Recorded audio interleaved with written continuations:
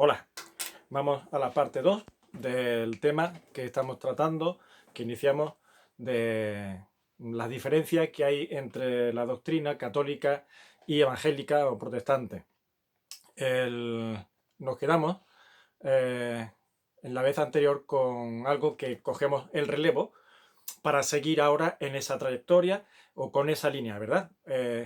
Fundamentalmente vamos a partir de un punto que nos va a llevar a todos los demás. Y ese punto era que nos basamos solamente en la Biblia, en la revelación de la Biblia, en la enseñanza y doctrina bíblica, y que no usamos otra fuente de guía espiritual, ni de enseñanza, ni de fundamento o de base. Y por otro lado, en ese punto que vimos, vimos que no es de interpretación privada, decía la propia Biblia. La Biblia o las escrituras, las profecías no son de interpretación privada, no consiste en lo que yo creo que dice la Biblia o lo que a mí me parece que dice la Biblia, sino que buscamos qué es lo que la Biblia dice realmente. Y todos debemos ir con la intención de saber qué es lo que la Biblia dice y no lo que a mí me parece o lo que a mí me gustaría que dijera la Biblia. Así que partimos de esas dos premisas básicas y fundamentales. Solo Biblia y solo su propia interpretación, la cual debemos encontrar y hallar. Debemos hacerlo orando, debemos pedir que el Señor nos ayude y nos guíe, porque entendemos que todo esto es porque creemos que la Biblia es palabra de Dios y nos basamos en que Dios está hablando a través de ella.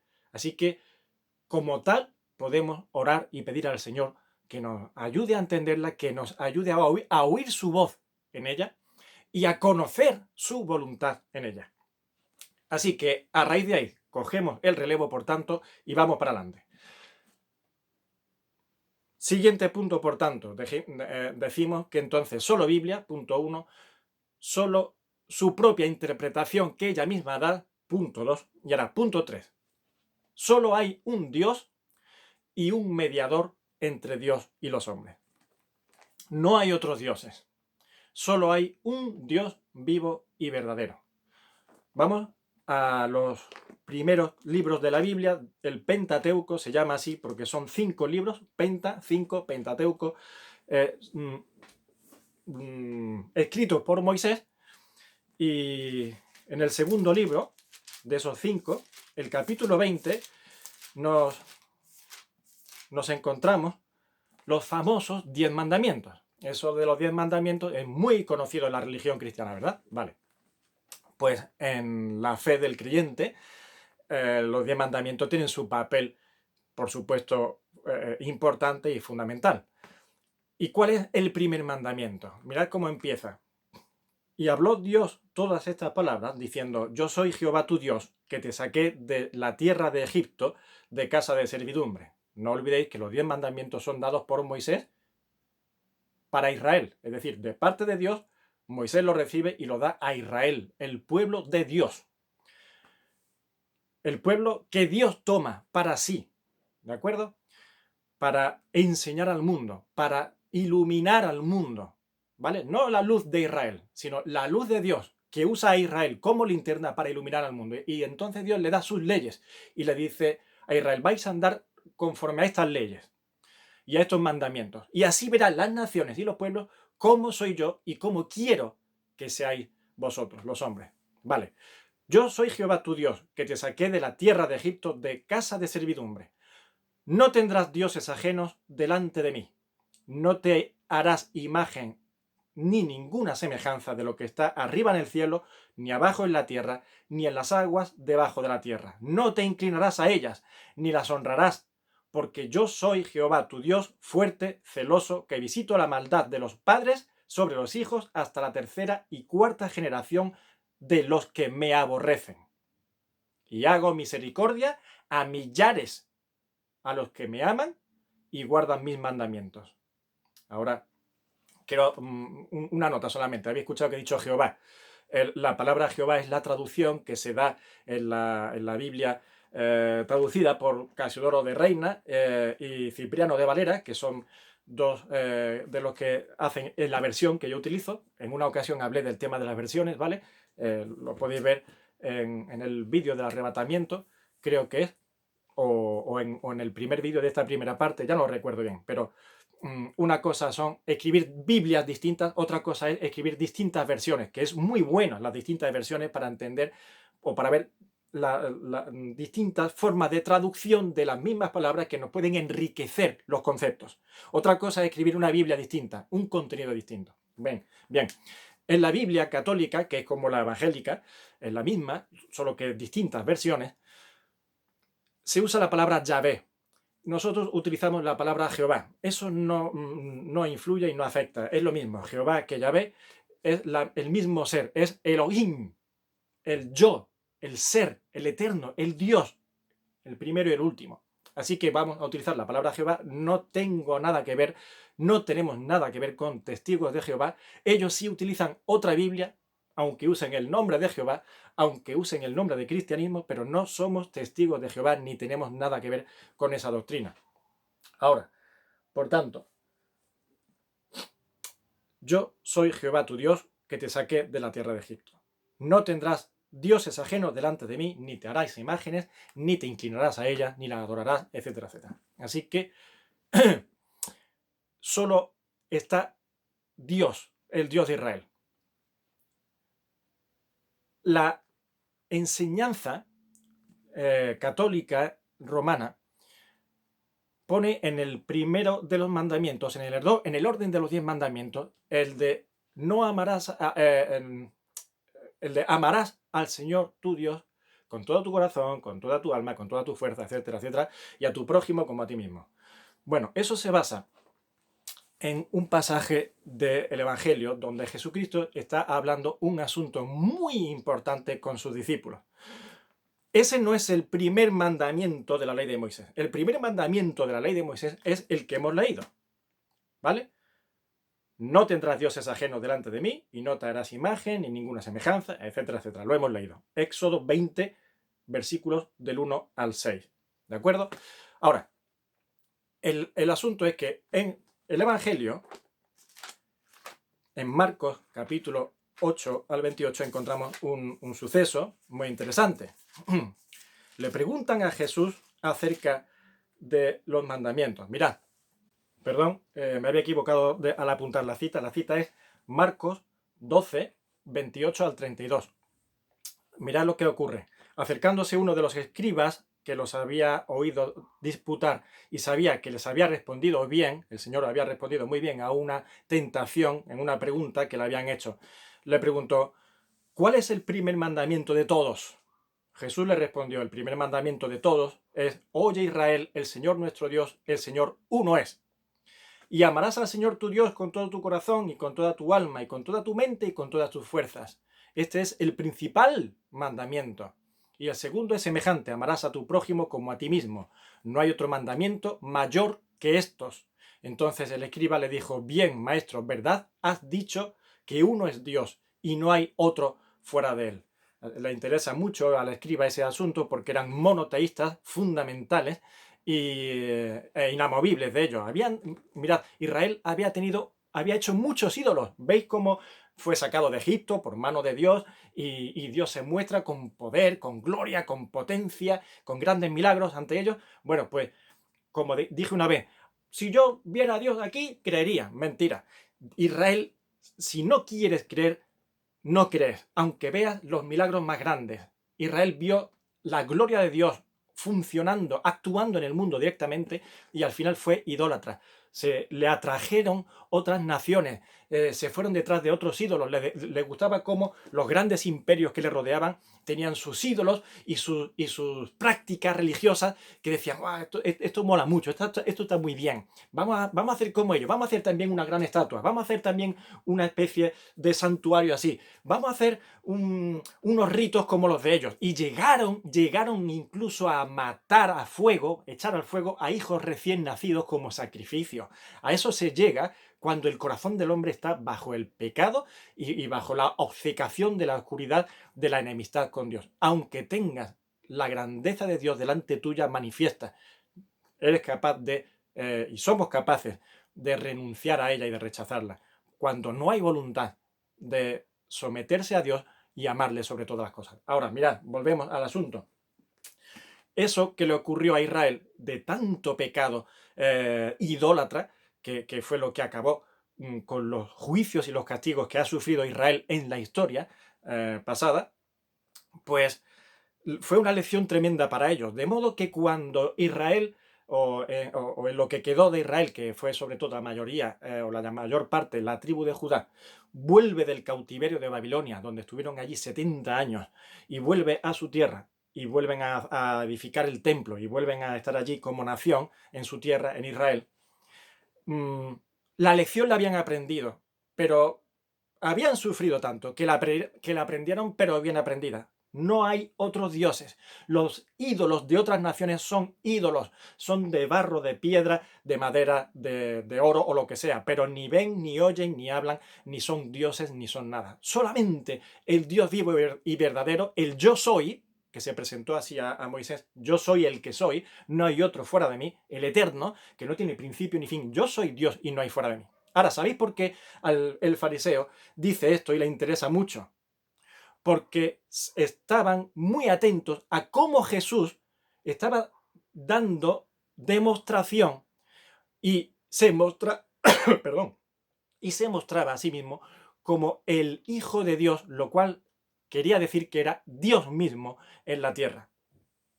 Por tanto, el Señor aprovecha, al igual que el fariseo aprovecha eso para decir, muy bien, Señor, solamente hay un Dios, así que cuidadito, no te hagas tú Dios también. El Señor aprovecha para decir, señores, una cosa es el orden de los mandamientos y otra cosa es el principal mandamiento. Ahora, el orden de los mandamientos es como el que hemos leído. El primero, después está el segundo y después está el tercero, y el primero de los 10, ¿verdad? El primero era ese, ¿no? No te harás dioses ajenos, no tendrás dioses ajenos delante de mí, no te harás imagen y no te inclinarás a ellos. Ahora, la respuesta del Señor es, el primer mandamiento es el Señor, nuestro Dios, el Señor uno es. Pero ahora aumenta al Señor la carga informativa y dice, pero hay un principal mandamiento, que es el que ahora usa la Iglesia Católica para decir que es el primer mandamiento de los 10 mandamientos. Amarás al Señor tu Dios con todo tu corazón, con toda tu fuerza, con toda tu mente, y ese es el principal mandamiento. Y el segundo es semejante, amarás a tu prójimo como a ti mismo. No hay otro mayor mandamiento que este. Bien, por supuesto, estamos hablando aquí de cómo el Señor agrupa toda la ley de Dios o hace el conjunto de toda la ley de Dios, la establece en dos bases fundamentales y principales. Amar a Dios por encima de todas las cosas y amar a tu prójimo como a ti mismo. En eso es en lo que consiste lo que el Señor está diciendo. Mira, si tú haces todas las cosas que Dios manda, lo vas a hacer de una forma muy sencilla. ¿Sabe cómo? Amando a tu prójimo como a ti mismo.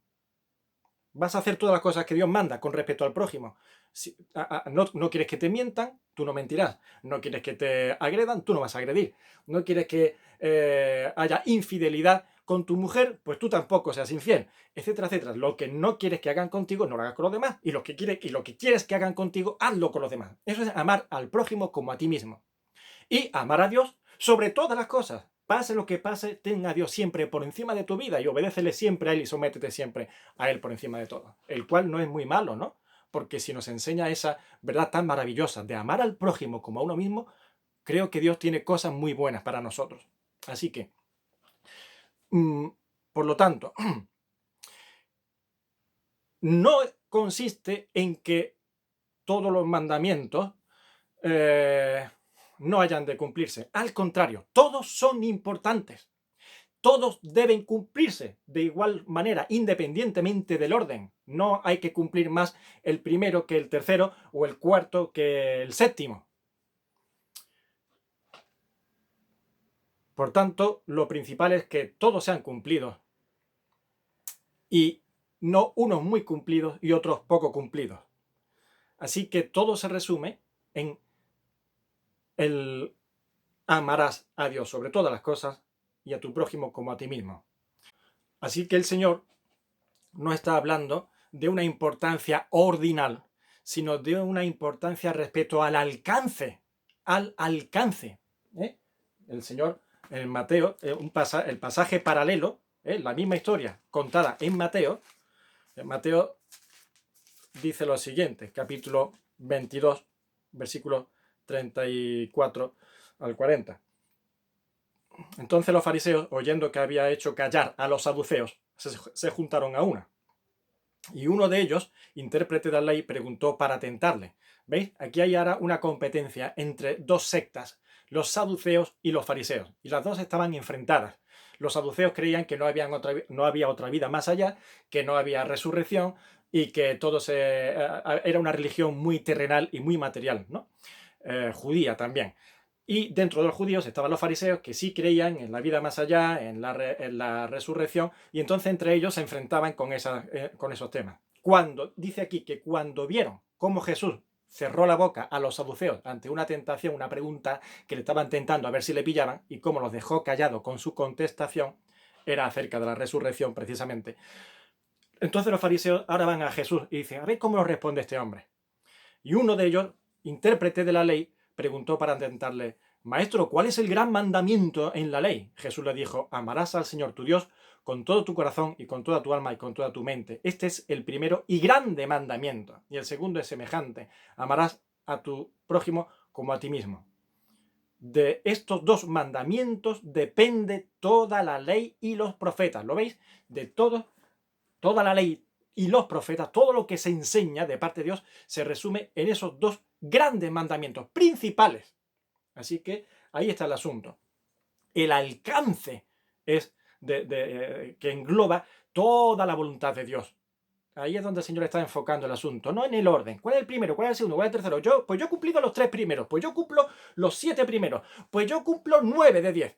Bueno, hay que decir una cosa, los mandamientos de Dios no son 10. Aquí, en este momento que hemos leído de Éxodo, Moisés dio 10 mandamientos, pero Dios tiene hasta 450, creo, leyes, preceptos y mandamientos dados a Israel, ¿vale? Los famosos son los 10, esos que conocemos.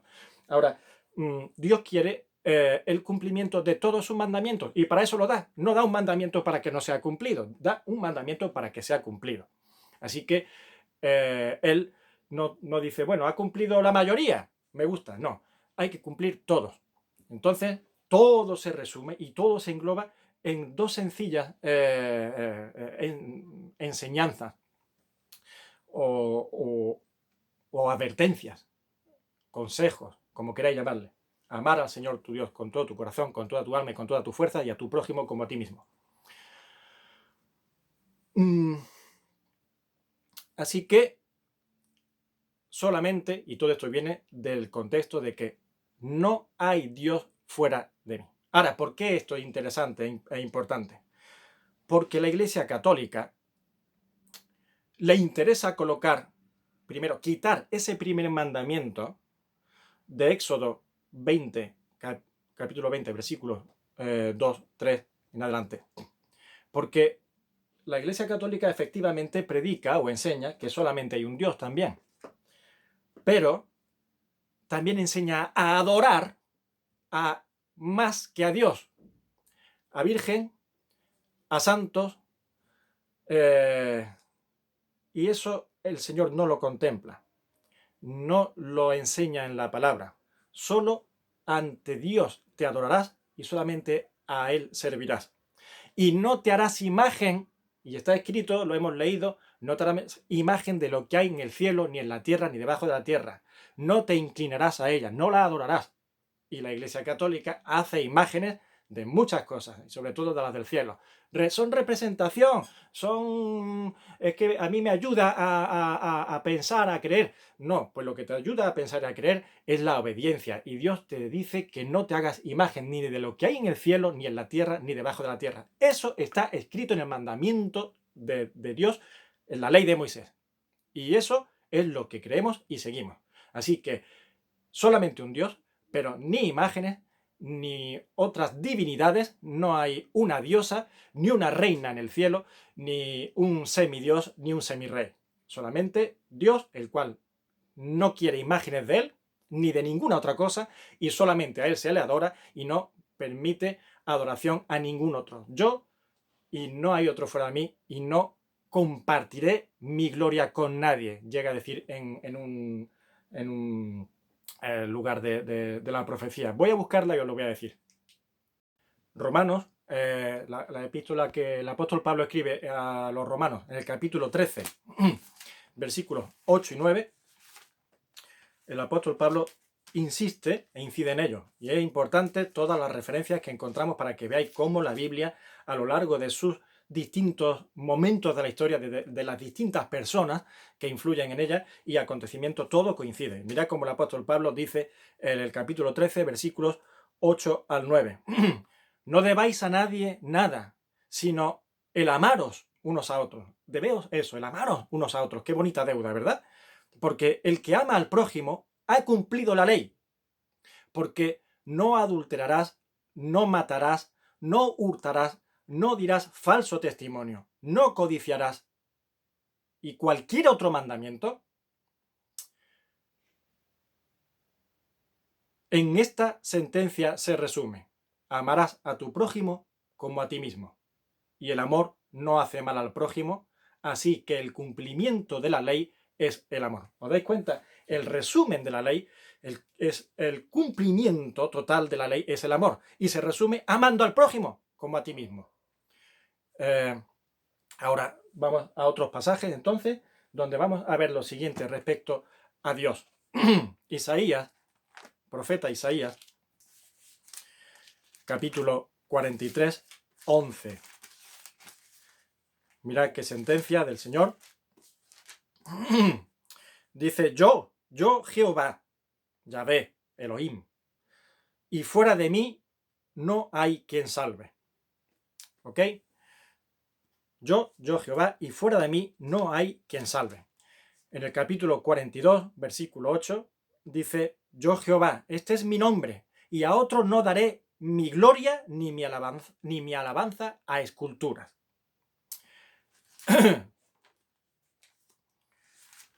Así que el Señor ya deja claro cómo Él no comparte alabanza ni adoración con otros seres, solamente Él es digno de recibirla. En Isaías capítulo 44, versículo 6, encontramos lo siguiente. Perdón. Así dice Jehová, Rey de Israel. Insisto, Jehová es la forma de traducirlo y lo usamos así. Otros dicen Yahvé, porque dejaron de pronunciar el nombre de Dios por respeto y solamente hay unas consonantes ahí, Y, H, W, H, que eso es impronunciable para nosotros. Y decimos, aquí se ha traducido a Jehová, en otro sitio Yahvé, por poner la A, la primera vocal y la segunda vocal entre las consonantes. Yahvé. No importa. Así dice el Señor, podemos decir, Rey de Israel, y su Redentor, Jehová de los ejércitos. Yo soy el primero, y yo soy el postrero, y fuera de mí no hay Dios. Eso lo está enseñando el propio Dios a su pueblo, y así debe entenderlo, creerlo y vivirlo. La contestación del fariseo, ¿os acordáis? Bien has dicho, porque no hay otro Dios. Muy bien, qué bueno era el fariseo, ¿verdad? Conociendo, los fariseos eran muy buenos conocedores, aunque muy mal obedecedores, obedecían muy mal. Isaías, capítulo 45, versículo 5, lo tengo aquí escrito: yo soy Jehová y ninguno más hay, no hay Dios fuera de mí, yo te ceñiré, aunque tú no me conociste. Así que la existencia de Dios y la actividad y la actuación de Dios no depende de que tú creas o no creas. El que yo no crea que existe el rey de España no significa que no haya rey. Hay un rey en España. Pues yo no creo en el rey, pues yo no acepto al rey, pues yo creo que no existe el rey. Pues el rey está allí y existe. Bien, pues yo te ceñiré aunque tú no me conociste. El Dios está, Dios actúa, y aunque pienses que han sido casualidad, aunque creas que es coincidencia las cosas que ocurren, aunque creas que es destino, le ponga el nombre que le ponga, Dios dice: yo soy Jehová y ninguno hay más, y no hay Dios fuera de mí. Y por último, la última referencia, Apocalipsis. Hay muchísimas, pero estoy dando unas pocas simplemente para situaros. Apocalipsis 22, 13. Ahora el Señor se muestra, Jesucristo se muestra como ese Dios de forma personal, con imagen visible a los ojos humanos, y que dice: yo soy el alfa y la omega, el principio y el fin, el primero y el último. ¿De acuerdo? Ese es el único Dios vivo y verdadero que se revela como tal. Ahora diréis, bueno, Esteban, eso es lo que tú estás diciendo, eso es lo que tú enseñas y eso es lo que tú crees. Efectivamente, eso es lo que yo digo, enseño y creo, y lo hago basado en las Escrituras, que hemos dicho que el primer paso para nosotros fundamentalmente era creer que es palabra de Dios y por tanto no salirnos de ella, de esa revelación. Ahora yo digo una cosa, no pueden haber distintas verdades. Todo es respetable, eso es otra cosa. Muy bien, yo respeto y respeto todas las creencias y todas las tendencias que puedan haber religiosas, de fe o lo que sea. Siempre que sean respetuosas y que no sean para ningún mal de nadie, por supuesto, lo cual no me infundiría ningún respeto, ¿no? Ni ninguna consideración.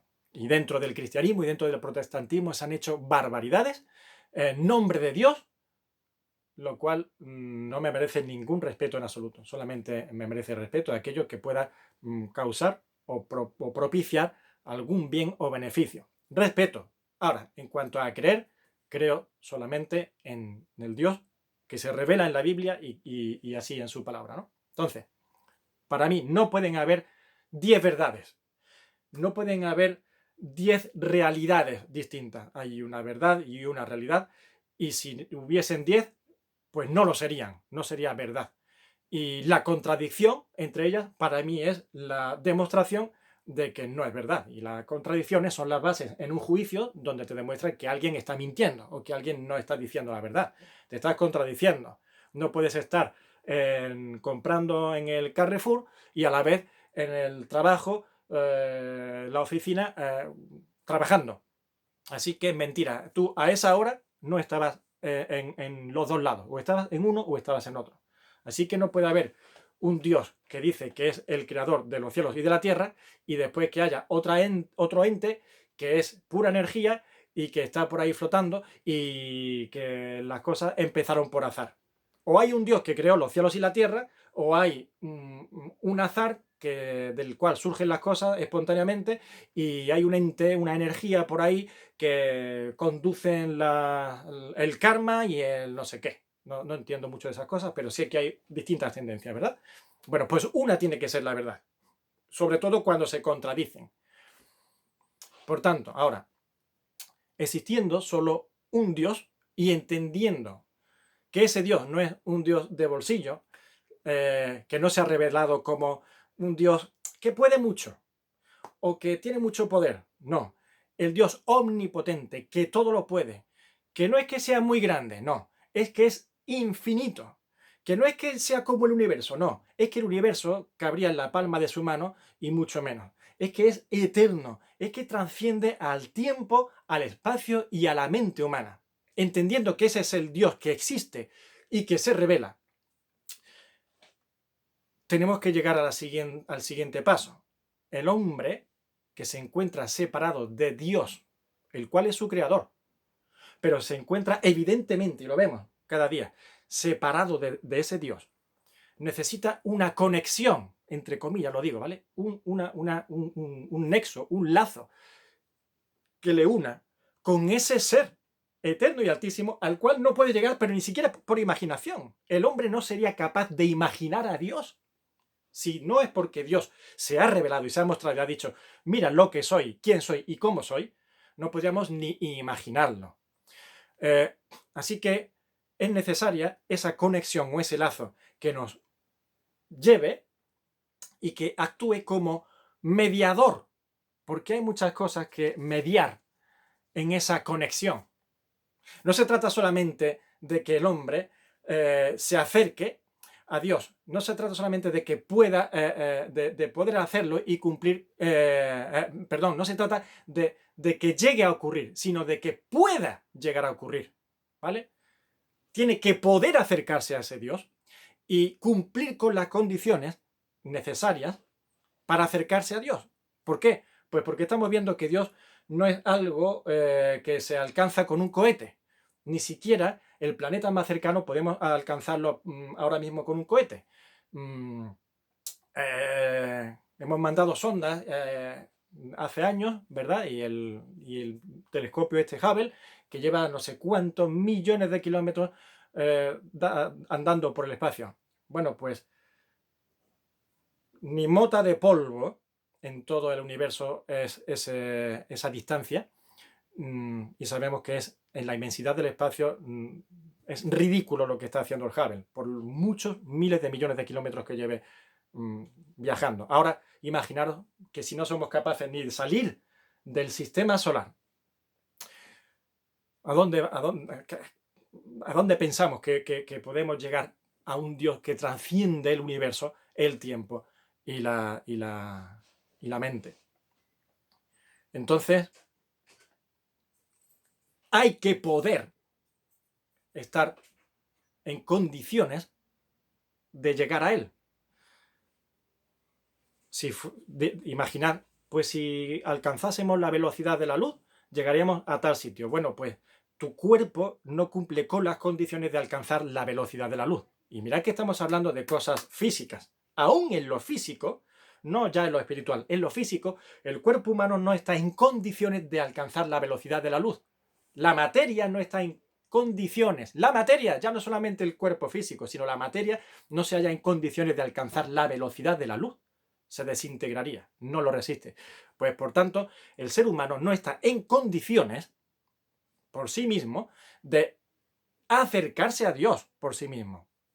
De tal forma que necesita una conexión, un mediador que propicie el poder hacerlo y cumplir las condiciones necesarias. ¿Sabéis cuáles son las condiciones necesarias? Legales. La ley, los mandamientos, hacerlo legítimamente es lo que Dios demanda. Y ahí está el gran abismo de separación entre Dios y el hombre. No hay forma legítima de acercarse a Dios por medios propios. De modo que dada la infinita complejidad del asunto, se nos revela que no hay ningún otro mediador. Hace falta un mediador, una conexión que medie entre el hombre y Dios. Y no hay ninguno. Es imposible. Ni la nave espacial más potente, ni la fuerza suficiente que te propulsara a la velocidad de la luz. Porque aunque pudiéramos, lo cual no se puede, pero aunque pudiéramos alcanzar la velocidad de la luz, miles de millones de años hacen falta para llegar a estrellas lejanas. Y Dios está muchísimo más allá, no de las estrellas lejanas, sino del mismo universo. A la vez que está en el mismo universo, ¿eh? Así que no hay ningún otro mediador, ni mediadora, ni humano, ni angelical, ni celestial, ni terrenal, ni nada de nada, más allá de Jesucristo, Hijo de Dios, que es el único que puede, con mayúsculas, puede realizar esa labor. Y está escrito y revelado así en 1 Timoteo, capítulo 2,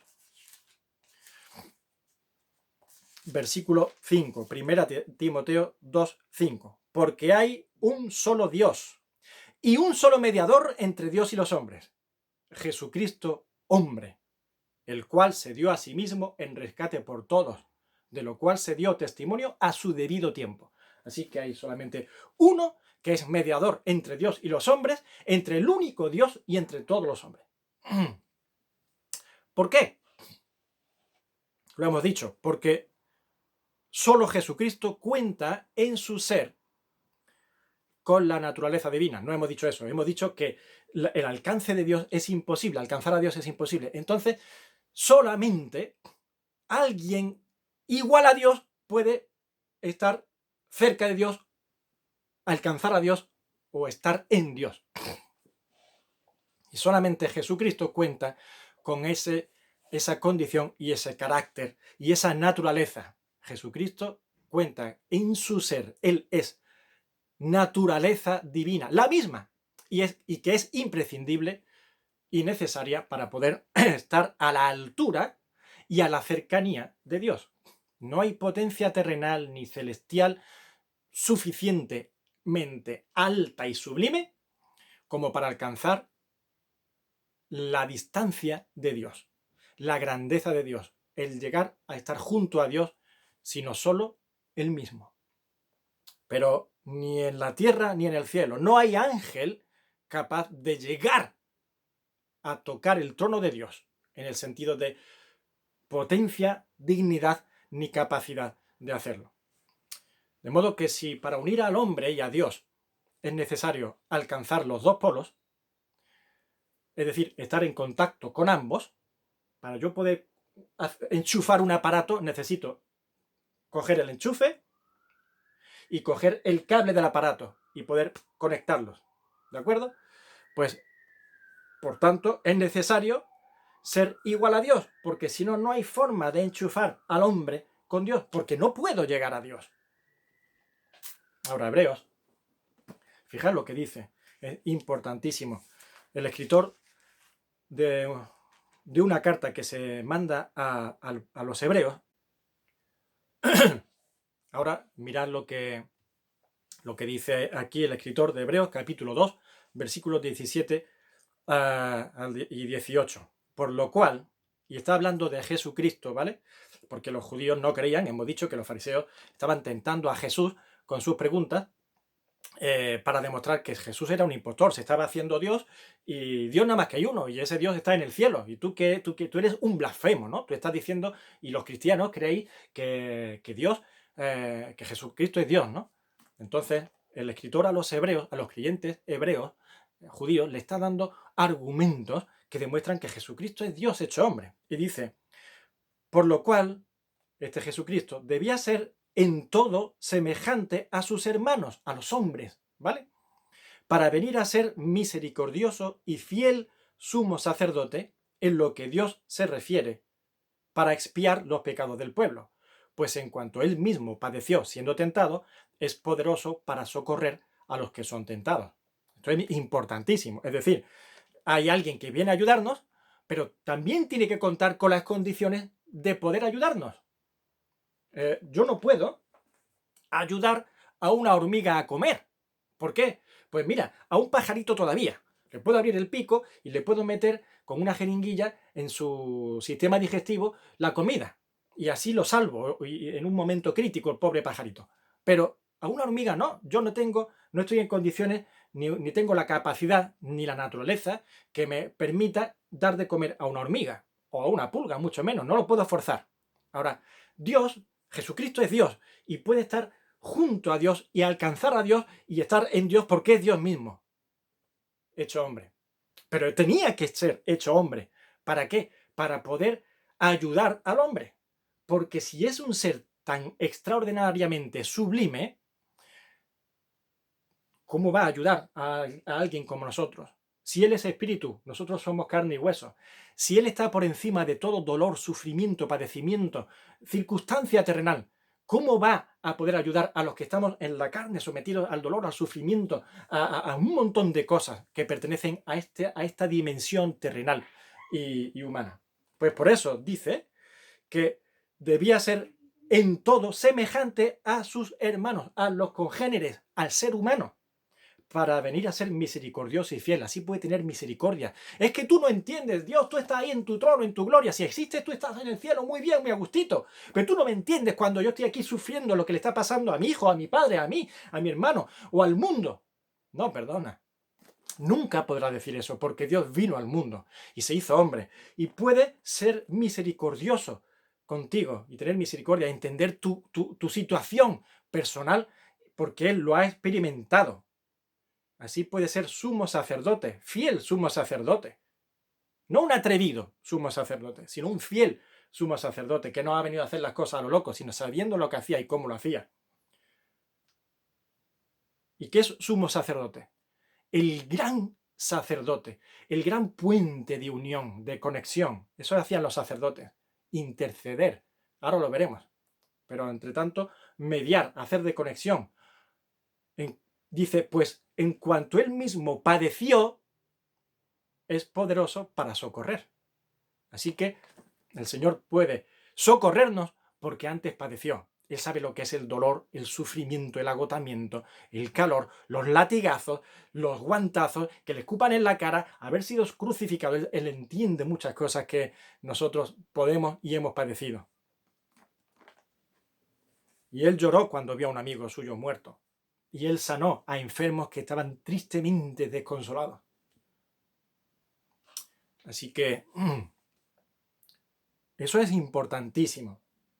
Y por otro lado, en el mismo libro de Hebreos, el capítulo 4, versículo 14 al 16, sigue la misma línea. Por tanto, teniendo un gran sumo sacerdote que traspasó los cielos, Jesús, el Hijo de Dios, retengamos nuestra profesión. Porque no tenemos un sumo sacerdote que no pueda compadecerse de nuestras debilidades. Que no pueda decir, yo es que no entiendo cómo Esteban está tan agobiado, o cómo está tan preocupado, o por qué llora tanto. Es que no lo entiendo. Pues mira, tenemos un sumo sacerdote, Jesucristo, que puede compadecerse, que empatiza conmigo hasta tal punto, de que él mismo lloró, de que él mismo sufrió, padeció, estuvo angustiado hasta sudar gotas de sangre. Eso a mí nunca me ha pasado y creo que nunca me pasará. Tal sufrimiento en Getsemaní, orando horas antes de ser crucificado, que sudó gotas de sangre. Hematoforesis se llama eso. Pues no tenemos un sumo sacerdote que no pueda compadecerse de nuestras debilidades, sino uno que fue tentado en todo según nuestra semejanza, exactamente como nosotros, cuidado, pero sin pecado. Por eso puede ser sumo sacerdote. No solamente porque cuenta con mi naturaleza humana, física, la cual puede padecer las cosas terrenales, y no solamente que también tiene la naturaleza divina, exactamente divina porque es Dios, sino que cuenta con algo fundamental para poder unirnos, sin pecado, sin defecto. Si tuviese defecto, Dios no podría aceptarlo. No sería buena la conexión, no existiría conexión, porque precisamente lo que separa al hombre de Dios y a Dios del hombre es el pecado. Capítulo 8, en el mismo libro, versículos 1 y 6. Ahora bien, el punto principal de lo que venimos diciendo es que tenemos tal sumo sacerdote. Eso es el punto principal. Fijaros, este es el sumo sacerdote que tenemos. Esta es la conexión que hay entre Dios y el hombre. ¿Cuál? El cual se sentó a la diestra del trono de la majestad en los cielos. Se sentó a la diestra del trono de la majestad en los cielos. La diestra es el poder, ¿vale? Los diestros utilizan su mano derecha para coger el boli, para coger una espada, para apuntar con la pistola, para apoyarse en un bastón, para lo que sea. La diestra del poder es el máximo poder, lo máximo. Y ahí está Jesucristo, que dice que el cual se sentó a la diestra del trono de la majestad de Dios. Y versículo 6. Pero ahora tanto mejor ministerio que el suyo, cuanto es mediador de un mejor pacto establecido sobre mejores promesas. Es mejor ministerio el suyo, el de Jesús, que el de los sacerdotes que habían aquí en la tierra, en el templo. Porque el pacto que había de Dios con el pueblo era un pacto que iba a caducarse en el tiempo y que estaba sujeto a unas leyes terrenales. Pero hay un nuevo pacto, el cual trasciende lo material y lo terrenal y es sublime y nos lleva a la presencia de Dios para que no solamente tengas promesas de vida aquí en la tierra, sino de vida eterna que después será para siempre allá en los cielos. Y ese es el nuevo pacto. Y ese pacto, que es mucho más sublime, pues necesita un mediador a la altura de ese pacto, igualmente sublime. Así que Jesús debe ser Dios y hombre para poder traspasar los cielos, que es lo que hemos leído, que traspasó los cielos. Hebreos capítulo 7, versículo 22. Por tanto, Jesús es hecho fiador de un mejor pacto. Así que el tipo de pacto hace imprescindible que el sacerdote o conexión esté a la altura de ese pacto. Por tanto, tenía que ser mucho mejor sacerdote que los sacerdotes de este mundo, mucho mejor conexión y extremadamente elevado.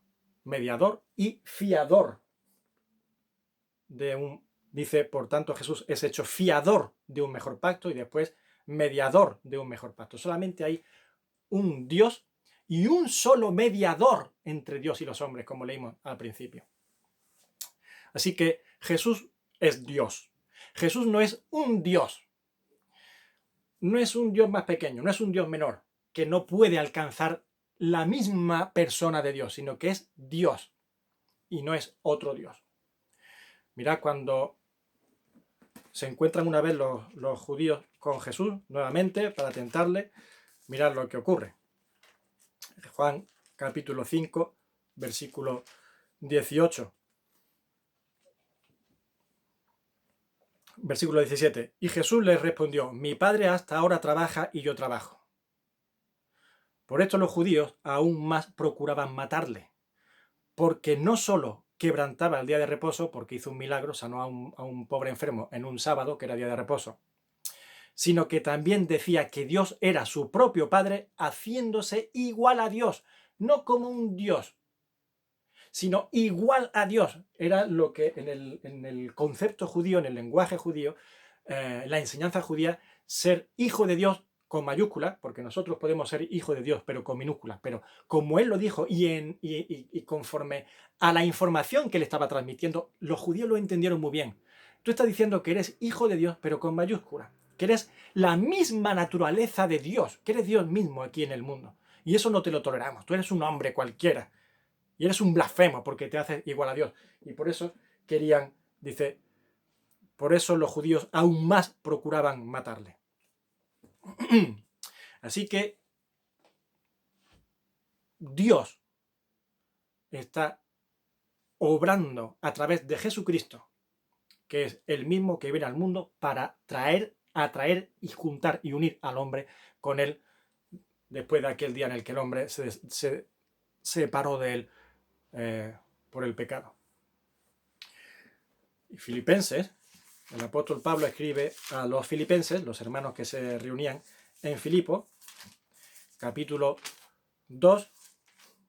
Todo esto son citas para que veáis que hay que ver la Biblia como todo apunta a lo mismo. No son libros cogidos así porque sí, sino que todo apunta a lo mismo. Es Dios hablando a través del tiempo con un mismo mensaje. Filipenses 2, capítulo 2, versículo 6. El versículo 5, vamos a empezar. Haya pues en vosotros este sentir que hubo también en Cristo Jesús, el cual, siendo en forma de Dios, no estimó el ser igual a Dios como cosa a que aferrarse, sino que se despojó a sí mismo, tomando forma de siervo, hecho semejante a los hombres. Precioso pasaje. Su imagen era de Dios, forma de Dios, siendo igual a Dios, no como un Dios, sino igual a Dios, siendo Dios, no estimó el ser igual a Dios, no dijo, yo soy Dios y yo no voy ahí a hacer eso, yo no me mancho las vestiduras.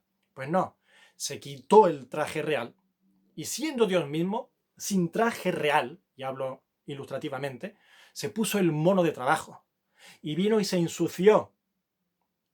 Es como si el presidente de Volkswagen va a un taller, se quita su chaqueta, sale de su gran oficina donde está el presidente de Volkswagen, y sale de su gran oficina, se quita su chaqueta carísima, su corbata carísima y su reloj carísimo, y se coloca un mono de trabajo azul y va a un taller y se mete en el taller para arreglar el coche de un cliente cualquiera, sin la más mínima importancia, pero se preocupa por el coche de ese cliente y quiere arreglárselo él en persona.